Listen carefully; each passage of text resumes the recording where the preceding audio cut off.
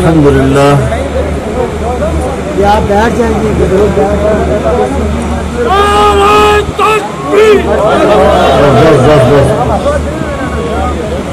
الحمدللہ امام سے ایک قدم پیچھے ہو جائیں. الحمدللہ وکفا وسلام علی عباده الذین اصطفى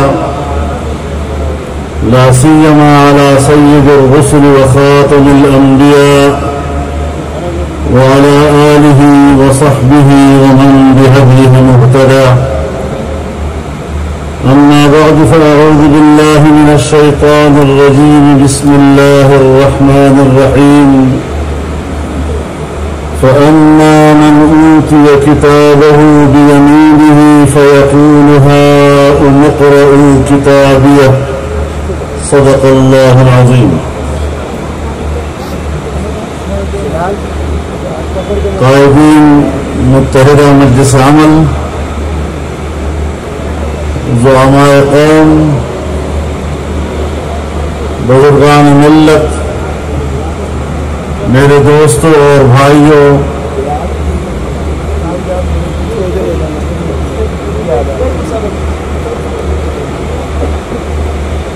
آپ سب جانتے ہیں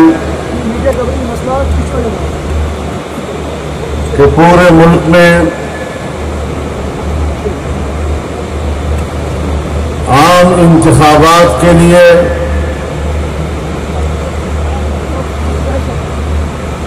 ہر سطح پر مہم جاری ہے.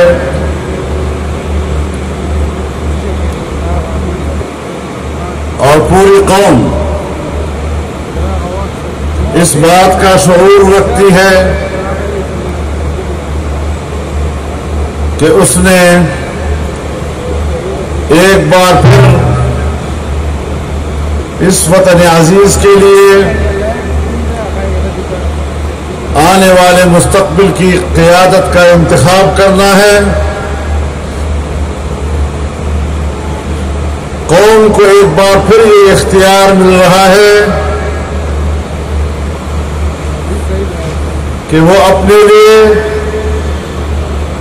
نئی قیادت چنے. قوم کو ایک بار پھر یہ اختیار مل گیا ہے کہ وہ ملک کی اقتدار کے باغ ڈور کس کے حوالے کرے. اسی سے آپ کے ووٹ کی اہمیت کا پتہ چلتا ہے. اسی سے ووٹ کی قدر و قیمت کا اندازہ لگایا جاتا ہے کہ آپ کا ووٹ کس قدر وزنی ہے. مجھے افسوس ہوتا ہے جب ہمارے امیدوار لوگوں کے پاس جاتے ہیں، دیہاتوں میں، محلوں میں، تو اس کے اس اتنے اہم ووٹ کا سودا وہ بہت معمولی چیزوں سے کراتے ہیں. کہیں بجلی کے کھمبے کے ساتھ ووٹ کا سودا ہو رہا ہے، کہیں ٹرانسفارمر کے ساتھ اس کا سودا ہو رہا ہے، کہیں پریشر پمپ کے ساتھ، کہیں نقد. میں سمجھتا ہوں کہ اس طبقے نے اس قوم کے ووٹ کی قدر و قیمت کو تباہ کرنے کا سوچا ہے. صرف قوم کے ووٹ کی قدر کو کم نہیں، بلکہ وہ یہ بھی دنیا کو سکھانا چاہتے ہیں کہ ہم سیاسی لحاظ سے اس قدر بونے ہیں کہ قوم کی سطح پر نہیں سوچ سکتے اور ووٹ کو اس کا وہ مقام نہیں دے سکتے جو پاکستان کا آئین آپ کے ووٹ کو دے رہا ہے. میرے محترم دوستوں، اقتدار حاصل کیا جاتا ہے، فتوحات حاصل کی جاتی ہیں. کسی زمانے میں اس اقتدار کو حاصل کرنے کے لیے تلوار چلتی تھی، بندوق سے کام لیا جاتا تھا، توپ و تفنگ سے فضا گرج رہی ہوتی تھی. لیکن آج اس تلوار کی جگہ آپ کے ووٹ کی پرچی نے لے لی ہے. آج اس بندوق کی جگہ آپ کے اس ووٹ کی پرچی نے لے لی ہے. آپ نے یہ سوچنا ہے کہ ہم جب یہ ووٹ استعمال کریں گے تو یہ میرے ہاتھ میں تلوار ہے, یہ میرے ہاتھ میں بندوق ہے. آپ نے یہ پرچی اور پرچی کی تلوار اگر حق کے لیے استعمال کی تو حق جیت جائے گا, اور اگر آپ نے باطل کے لیے استعمال کی تو باطل جیت جائے گا.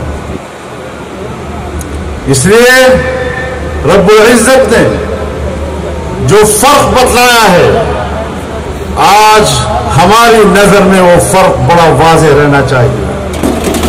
افمن کان مؤمنا کمن کان فاسقا لا یستوون. کیا ایک مومن اور وفادار اور دوسری طرف نافرمان یہ ایک جیسے ہو سکتے ہیں؟ اللہ فرماتا ہے نہیں ہو سکتے. لہذا قوم بحیثیت مجموعی اس حوالے سے اپنا فیصلہ کریں. میرے محترم دوستو, اگر ہم پاکستان کی 70 سالہ تاریخ پہ نظر ڈالیں تو پاکستان کا سیاسی نظام, پاکستان کا معاشی نظام ان طبقوں کے قبضے میں رہا ہے جس کو ہم مذہب بیزار طبقہ کہتے ہیں, جو بذام خیش اپنے آپ کو لبرل کہتے ہیں, جو بذام خیش اپنے آپ کو روشن خیال کہتے ہیں. پاکستان ایک اسلامی ملک ہے, لیکن ان کا دعویٰ یہ ہے کہ ہم بھی مسلمان ہیں, لیکن ہم ایک کھلا ڈلا اسلام اس پر یقین رکھتے ہیں جس میں شراب بھی جائز ہو, جس میں فحاشی اور عریانی بھی جائز ہو, جس میں سود کا حرام نظام بھی جائز ہو. لیکن یہ فکر اور یہ نظریہ آج کا نہیں ہے. یہ نظریہ جناب رسول اللہ صلی اللہ علیہ وسلم کے دور میں بھی تھا. جب طائف کا وفد حضور علیہ الصلوۃ والسلام کی خدمت میں آیا اور پیشکش کی کہ ہم آپ کا کلمہ پڑھنے کو تیار ہیں, لیکن مشروط طور پر ہمارے کچھ شرائط ہوں گے, اور جب شرائط کو فہرست دی تو اس میں یہ شرط بھی تھی کہ آپ نے شراب کو حرام قرار دیا, جبکہ ہمارا معاشرہ شراب کا رسیا ہے اور ہماری کوئی محفل شراب کے بغیر مکمل نہیں ہے. آپ نے زنا کو حرام قرار دیا ہے, لیکن ہمارا نوجوان اس کا عادی ہے اور ہم زنا کے ارتکاب کے بغیر زندہ نہیں رہ سکتے. آپ نے سود کو حرام قرار دیا, لیکن ہمارا تجارتی نیٹ ورک سود پر مبنی ہے. اگر سود کو حرام قرار دیا ہمارے لیے تو بہت بڑا کاروباری خسارہ ہوگا ہمارا. لیکن رسول اللہ صلی اللہ علیہ وسلم نے ان شرائط کو مسترد کر دیا, اور بالآخر وہ لوگ غیر مشروط کلمہ پڑھنے پر آمادہ ہوئے. میں صرف یہ بتانا چاہتا ہوں کہ یہ فکر اور یہ نظریہ آج کے دور کا نہیں, یہ نظریہ اسی زمانے سے چلا آ رہا ہے, لیکن اس زمانے میں اس نظریے کو جاہلیت سے تعبیر کیا جاتا تھا, اور آج اس نظریے کو روشن خیالی سے تعبیر کیا جا رہا ہے. میرے محترم دوستوں, ایک بار پھر قوم کے پاس یہ موقع ہے کہ وہ ان قوتوں کو شکست دے اور پوری دنیا میں پاکستان کی اسلامی شناخت کو بحال کرے. بحیثیت مسلمان قوم اپنی شناخت کو بحال کرے, اور دو چیزیں ریاست کو ترقی دیتی ہیں, ایک امن و امان اور دوسرا معاشی خوشحالی.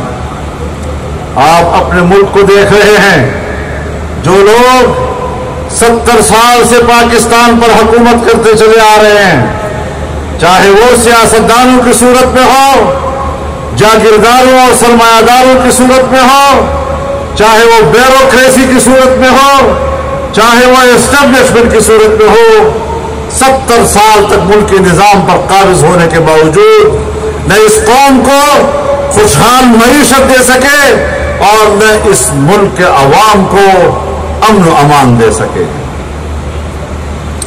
آج کرپشن کی باتیں ہو رہی ہیں. جس ملک میں کرپشن عروج پر پہنچ جائے، جس ملک میں ایک خاص طبقہ آئے روز دولت مند ہوتا چلا جائے، ملکی سرمایہ ایک خاص طبقے میں منحصر ہوتا چلا جائے اور عام غریب آدمی صبح و شام نان جبی کے لیے ترستا ہو، آپ خود اندازہ لگائیں کہ پھر اس ملک کی نظام معیشت کو ایک ناکام معیشت تصور کیا جائے گا. ہماری معیشت آج IMF کے قبضے میں ہے، ورلڈ بینک کے قبضے میں ہے، ایشین بینک کے قبضے میں ہے. بین الاقوامی قرضہ دہندہ گروپوں نے پاکستان کی معیشت کو جکڑ لیا ہے. آج پاکستان کا بجٹ، جسے پارلیمنٹ میں بظاہر وزیر خزانہ پیش کرتا ہے، لیکن اس بجٹ کی ترجیحات کو IMF کا ڈیسک طے کرتا ہے. تو ایسی صورتحال میں صرف کرپشن کے نعرے لگانا اور کسی سیاسی قوت کے خلاف، کسی حکومت کے خلاف اس کرپشن کو بطور سیاسی ہتھیار کے استعمال کرنا، کیا یہ انصاف کا تقاضا ہے؟ اگر 70 سال کے بعد بھی ہم نے ملک کو امن نہیں دیا اور آج بھی خودکش اور بم دھماکے ہو رہے ہیں، سینکڑوں لوگ ایک دھماکے میں موت کے منہ میں چلے جاتے ہیں، ہر طرف خون بکھر جاتا ہے، یہ پاکستان کا انسان لاشوں کا منظر پیش کر رہا ہوتا ہے. کیا آج بھی ہم انہی طبقوں کی طرف دیکھیں گے جو 70 سال سے اس ملک میں ایک ناکام حکمرانی کی علامت رہے ہیں؟ اگر یہ لوگ 70 سال میں ایک کامیاب حکمرانی ملک کو نہیں دے سکے ہیں تو پھر ان کو مزید اس ملک پر مسلط رہنے کا کوئی حق حاصل نہیں ہے. میرے محترم دوستو، پاکستان پر قرضے بڑھ چکے ہیں. مجھے حیرت اس بات پر ہے کہ ایک ایسی جماعت پاکستان کے قرضوں پہ تنقید کر رہی ہے جس نے 5 سال صوبہ خیبر پختونخوا پہ حکومت کی، جو متحدہ مجلس عمل کی حکومت تھی، تو صوبے کے اوپر 80 ارب روپے سے کم قرضہ تھا اور صوبے نے اپنی یہ صلاحیت پیدا کر لی تھی کہ وہ اس قرضے کی ادائیگی بھی ساتھ ساتھ کر رہا تھا. لیکن آج صوبہ خیبر پختونخوا پر 5 سال حکومت کرنے کے بعد اس نے جو صوبے کے اوپر قرضے کا بوجھ لادا ہے وہ 350 ارب روپے کا ہے اور ادائیگی کا کوئی نظام موجود نہیں ہے. میرے محترم دوستو، جو صوبے میں ناکام ہو چکے ہیں، تمام ادارے ناکام بنا دیے ہیں، 350 ڈیم بنانے کے دعوے دار وہ ایک ڈیم نہیں بنا سکے. پورے صوبے میں یونیورسٹیوں کا جال بچھانے کا دعوے دار پورے صوبے میں ایک یونیورسٹی نہیں بنا سکے. جو کہتے تھے کہ لاکھوں بچے پرائیویٹ اسکولوں سے سرکاری اسکولوں میں چلے گئے ہیں. یعنی ہم نے سرکاری اسکولوں کے معیار تعلیم کو بلند کر دیا ہے. میں دعوے سے کہتا ہوں اور چیلنج کرتا ہوں، تم لاکھ تو بہت بڑی بات ہے، لاکھوں کی بات مت کرو، لاکھ بھی بہت بڑی بات ہے. تم 1000 بچوں کی فہرست پیش کرو کہ جو پرائیویٹ اسکولوں سے آج تک کسی سرکاری اسکول میں گئے ہوں.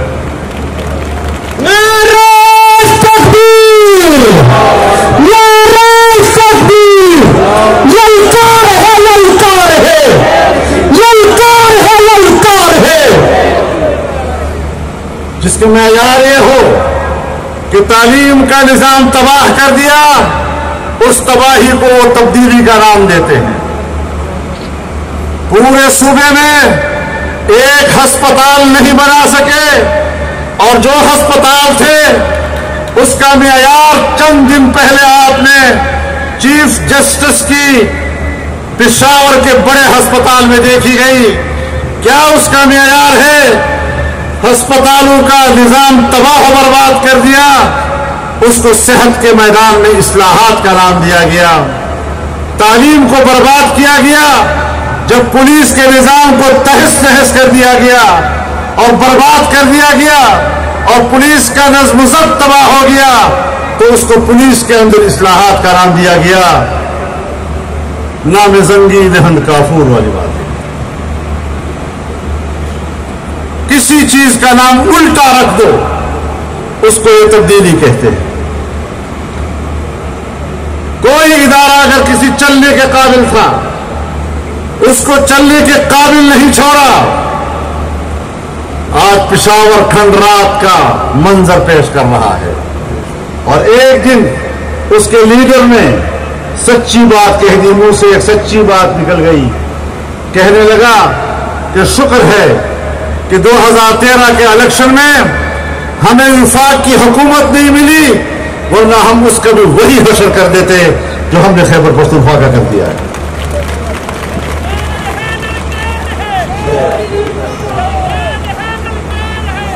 اس کے باوجود جہاں اخلاقی بافتگی ہے، جہاں کرپشن کے علاوہ کوئی چیز نہیں، ساری زندگی اور اس کا ہر شعبہ اس میں کرپشن ہی کرپشن ہے، وہ دعویٰ کرتے ہیں کہ ہم ملک سے کرپشن کو دور کریں گے. میرے محترم دوستو،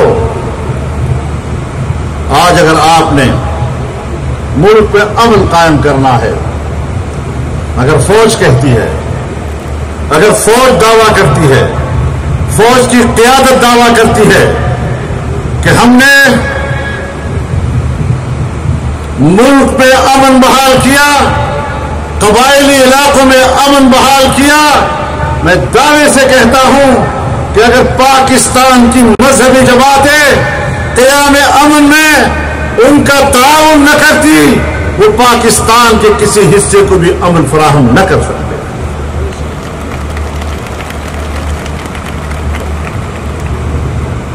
ہم نے دیکھا گزشتہ 15-16 سالوں میں کہ پاکستان کا لبرل طبقہ بڑے معصومیت کے ساتھ اس آگ کے اوپر تیل چھڑکتا رہا ہے، اس کو بھڑکانے میں کردار ادا کرتا رہا ہے، لیکن مذہبی دنیا اور علماء اس نے اس آگ کو بجھانے میں کردار ادا کیا ہے. تاہم پاکستان کی اتھارٹیز اپنے کردار کا نتیجہ خود طے کرے کہ جب اس کے باوجود انتخابات کے ماحول میں خودکش دھماکے ہو رہے ہیں، بلوچستان میں، بنوں میں، پشاور میں، اور ہمارے مقتدر شخصیات اس کی بھیڑ چڑھ جاتے ہیں اور سینکڑوں لوگ اس پہ شہید ہو جاتے ہیں. یہ ماحول آج بھی موجود ہے، امن و امان کا چیلنج آج بھی موجود ہے. اس لیے میں کہتا ہوں کہ اگر آپ نے امن ملک میں لانا ہے، اگر آپ نے کرپشن ختم کرنی ہے، تو پھر مختصر سا فارمولہ میں پیش کرنا چاہتا ہوں کہ حکومت متحدہ مجلس عمل اور مذہبی جماعتوں کے حوالے کر دیا جائے، انشاءاللہ امن کی بھی ضمانت فراہم کریں گے اور خوشحال معیشت کی بھی ضمانت فراہم کریں گے۔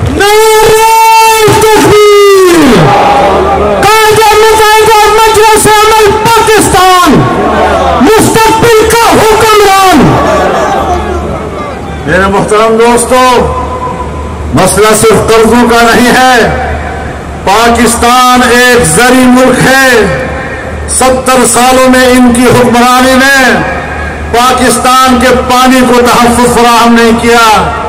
آج ہندوستان کی آبی جارحیت ہمارے پانی کے مستقبل کو تباہ کر رہی ہے، اور ایسا لگتا ہے کہ 5-10 سالوں کے بعد ہم بون بون کو ترستے ہوں گے، لیکن ہمارے زمینوں کے لیے اور ہماری زراعت کے لیے دریاؤں میں پانی نہیں ہوگا۔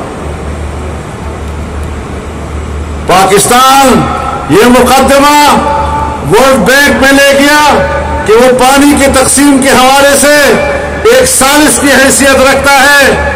پاکستان اس سازش کے عدالت میں بھی مقدمہ ہار گیا ہے، اور وہ اپنی قوم کی زراعت اور دریاؤں کے پانی کے تحفظ اس عدالت میں بھی نہیں کر سکا ہے۔ کیا ایسے لوگ اور اس صلاحیت کے لوگ وہ پاکستان پر مزید حکمرانی کا حق رکھتے ہیں؟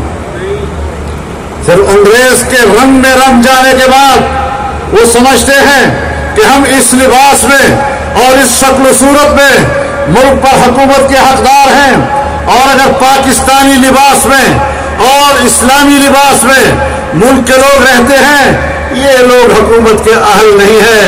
میں کہتا ہوں مغرب کی تصور، مغرب کی پیروی، یہ ایک ناکام پالیسی آپ کی رہی ہے۔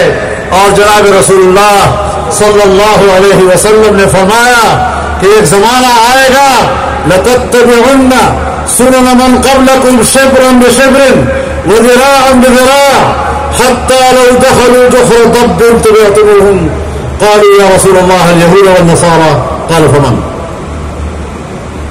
رسول اللہ صلی اللہ علیہ وسلم نے فرمایا ایک زمانہ آئے گا جب تم قدم بقدم بالشت بالشت دوسری قوموں کی پیروی کرتے ہوئے نظر آؤ گے، یہاں تک کہ اگر وہ گوہ کی غار میں بھی گھسیں گے تو آپ وہاں بھی اس کے پیچھے گھسنے کی کوشش کریں گے۔ صحابہ کرام نے عرض کیا یا رسول اللہ کیا ہم یہود و نصارہ کی پیروی کریں گے؟ آپ نے فرمایا اور کون ہو سکتے ہیں؟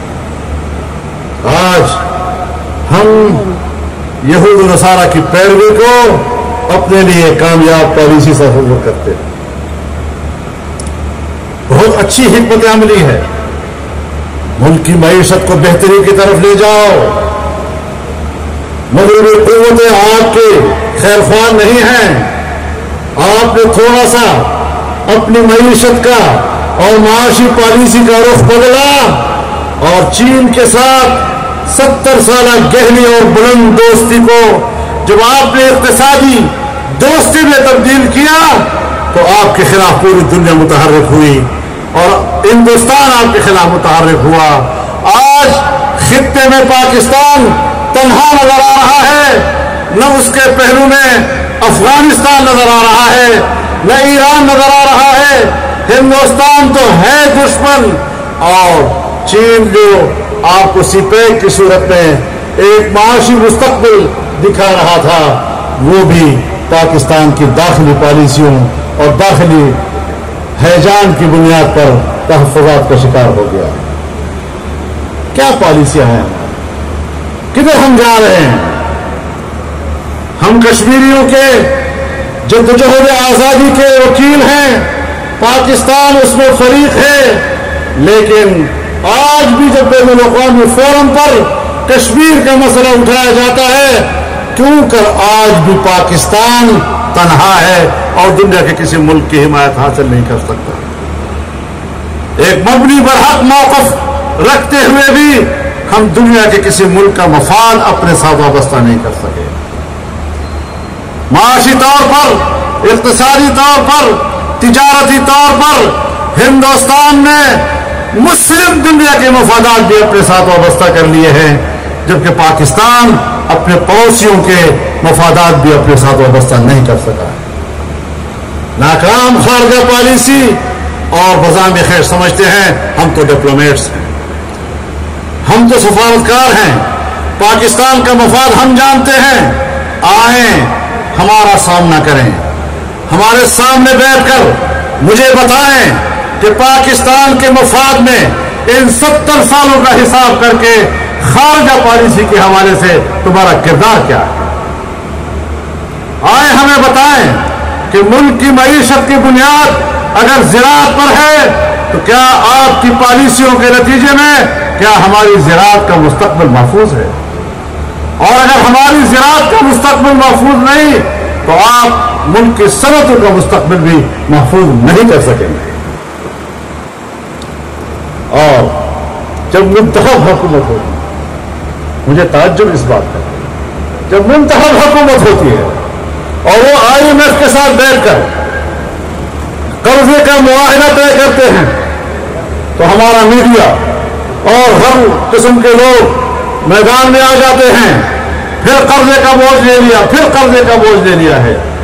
آج نگران حکومت کا حساب لگاؤ، اس نے IMF کے ساتھ قرضے کے نئے معاہدے پر تازہ دن میں دستخط کیے ہیں، کیا ان سے بھی کوئی پوچھنے والا ہے کہ آپ نے پاکستان پر کیوں قرضے کا اتنا بڑا بوجھ ڈال دیا، اور کل کلا جب آپ یہ قرضہ لیں گے آپ کی پاکستانی روپے کی قدر اور بھی کم ہو جائے گی، ڈالر اور اوپر چلا جائے گا۔ تو ان ناکام قوتوں سے اقتدار لینا ہے، ان قوتوں کو اقتدار دینا ہے جو ملک کے ساتھ کمیٹڈ ہوں، اپنی ذات کے ساتھ نہیں، اپنی دولت کے ساتھ نہیں، جن کے پیسے مغربی دنیا میں ہیں، جن کے مفادات مغربی دنیا میں ہیں، وہ کبھی پاکستان کے مفاد کا تحفظ نہیں کر سکتے۔ آئیں جن کی جمع پونجی سب کچھ پاکستان میں، جن کے بچے پاکستان میں اسکولوں کے ٹاٹ میں پڑھتے ہیں، وہی پاکستان کے مفاد کو سمجھ سکتے ہیں، وہی پاکستان کے مفاد کو تحفظ دے سکتے ہیں۔ میرے محترم دوستو، ہم سیاسی لوگ ہیں، ہم ایک دوسرے سے اختلاف بھی کریں گے، پالیسیوں پہ اختلاف ہوگا، لیکن وقار کے ساتھ کریں گے، ایک دوسرے کے احترام کے ساتھ کریں گے۔ یہ نہیں کہ اگر کل پبلک نکلی ہے تو ہمارا ایک لیڈر کہتا ہے کہ یہ جو لوگ نکلے ہیں یہ گدھے ہیں۔ سیاسی کارکنوں کو حق حاصل ہے کہ وہ اپنی قیادت کے لیے میدان میں نکلیں۔ کیا میرا مخالف جب وہ روڈ پہ آئے گا اس کا آئینی حق نہیں ہے، اور اگر آتا ہے تو پھر میں ان لوگوں کو گدھے کا لفظ استعمال کر کے خطاب کروں گا؟ آپ کارکن کو جہاں گدھا کہتے ہیں وہاں کچھ اپنے بارے میں بھی اپنا تعارف کرا رہے ہوتے ہیں۔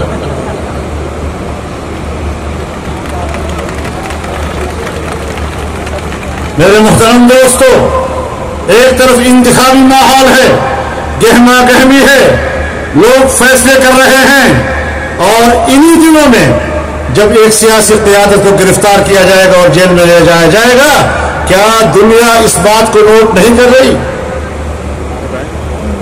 عدل و انصاف کے دن یہی ہے جو الیکشن کے دن ہے، 10-15 دن۔ 5 سالوں میں تمہیں عدل و انصاف نظر نہیں آیا، اس کا لوگ کیا معنی لیں گے؟ میں نہیں کہتا کہ اگر کوئی شخص مجرم ہے تو اس کے خلاف کارروائی نہ ہو، لیکن ہر چیز کے لیے کچھ وقت کا بھی لوگ حساب کرتے ہیں کہ یہ سب کچھ کس وقت میں ہو رہا ہے اور کس ماحول میں ہو رہا ہے۔ تو اس اعتبار سے ہمیں اس ملک کے ماحول کو ایک جمہوری ماحول بنانا ہے۔ ایک جمہوری ماحول میں ہم نے اپنے نظریہ قوم کے سامنے پیش کرنا ہے۔ ہم حقوق کی بات کرتے ہیں، یہاں پر کبھی نعرہ لگتا ہے تحفظ حقوق نسوان، اور خلاف شریعت حقوق کا تعین کیا جاتا ہے، تو ہمیں کہتے ہیں کہ آپ تو عورتوں کے حقوق نہیں مانتے۔ بھائی ہم عورتوں کے حقوق کے علم بردار ہیں، لیکن تشریح میں فرق ہے۔ آپ عورت کے حقوق کی بات کرتے ہیں تو آپ کے سامنے مغرب کی تہذیب ہوتی ہے، اور حقوق کی تشریح آپ مغربی تہذیب کے حوالے سے کرتے ہیں. ہم جب خواتین کے حقوق کی بات کرتے ہیں تو ہم قرآن و حدیث سے اس حقوق کا تعین کرتے ہیں. فرق صرف اتنا ہے، آپ ایک نظریے کے تحت اور ہم دوسرے نظریے کے تحت. آپ مغربی تہذیب کے غلام ہیں اور ہم اپنے دین اسلام کی تہذیب کے غلام ہیں اور اس کے بندگی کرتے ہیں. آپ جس نظریات کو فروغ دے رہے ہیں یہ نظریات پاکستان کی اسلامی تشخص کو تباہ کر رہے ہیں اور کہتے ہیں ہم قائد اعظم کا پاکستان بنانا چاہتے ہیں. تو قائد اعظم نے پاکستان کے اسٹیٹ بینک آف پاکستان کی افتتاحی تقریب میں کہا تھا کہ ہماری معیشت کی بنیاد اسلامی تعلیمات ہوں گی اور مغرب کا فلسفہ معیشت اس نے تو بربادیاں دی ہیں اور جنگیں دی ہیں، اس کے علاوہ کچھ نہیں دیا. یہاں پر آپ کو بانی پاکستان کا فلسفہ کیوں بھول جاتا ہے؟ یہاں آپ کو اس کا نظریہ کیوں بھول جاتا ہے کہ 70 سال ہو گئے آپ نے معیشت کی بنیادیں تبدیل نہیں کی ہیں؟ اور مسلمان تو خیر مسلمان ہے، مسیحی دنیا کے سابق پاپائے روم اس نے باقاعدہ معیشت کے لیے ایک کمیشن قائم کیا اور کہا کہ مجھے رپورٹ دو کہ دنیا میں معیشت کی بنیاد کیا ہو. اس کمیشن نے جو رپورٹ تیار کی اور پاپائے روم کو پیش کی وہ یہی تھی کہ اگر دنیا میں کامیاب معیشت کو آپ نے فروغ دینا ہے تو اس کی بنیاد قرآن سے لیا جا سکتا ہے. قرآن کے بغیر کوئی بہتر معیشت نہیں دے سکتا. اگر مسلمان کا ایمان بھی یہ ہے اور مسیحی دنیا بھی یہی عقیدہ رکھتی ہے تو پھر بین الاقوامی طور پر ہمیں معیشت کے فلسفے کو تبدیل کرنا ہوگا. اس اعتبار سے ہم ملک کے نظام کی تبدیلی کی بات کرتے ہیں. ایک بہتر اور انصاف پر مبنی معیشت اور انصاف پر مبنی معاشرہ، امن پر مبنی معاشرہ، خوشحال معاشرہ، اس کی طرف ہم جانا چاہتے ہیں. اور متحدہ مجلس عمل یہ منشور لے کر میدان میں آئی ہے. انشاءاللہ العزیز مجھے امید ہے کہ قوم اس حوالے سے ایک باشعور قوم کا کردار ادا کرے. وہ سنجیدگی کے ساتھ اپنے مستقبل کے بارے میں متحدہ مجلس عمل کے موقف کی تائید کرے گی. مجھے امید ہے کہ آپ جہاں بھی جائیں گے، جس حلقے میں جائیں گے، متحدہ مجلس عمل کے اس نظریے اور تصور مملکت کو لے کر آپ جائیں اور قوم کو اس طرف متوجہ کریں. انشاءاللہ العزیز پاکستان کا مستقبل روشن ہوگا. قرآن سنت ہی پاکستان کے خوشحال مستقبل کی نوید ہو سکتا ہے. 70 سال میں ہم بہت کچھ آزما چکے ہیں. مزید ہم ان نظریات اور ان پارٹیوں کو اور ان نعروں کو کا تجربہ کرنے کے لیے تیار نہیں. یہ تجربے ختم کرو. ہم نے فلاں کو آزما لیا، فلاں کو آزما لیا، تم نے ہر ایک کو آزمایا ہے. ایک دن میں تبدیلی نہیں آ سکتی. اس کے لیے مسلسل سفر کرنا ہوگا، دینی قوتوں کو سپورٹ کرنا ہوگا، متحدہ مجلس عمل کو سپورٹ کرنا ہوگا اور ایک ملی اور دینی وحدت کا مظاہرہ کرنا ہوگا. اللہ تعالی ہمارا حامی و ناصر ہو. وآخر دعوانا الحمدللہ.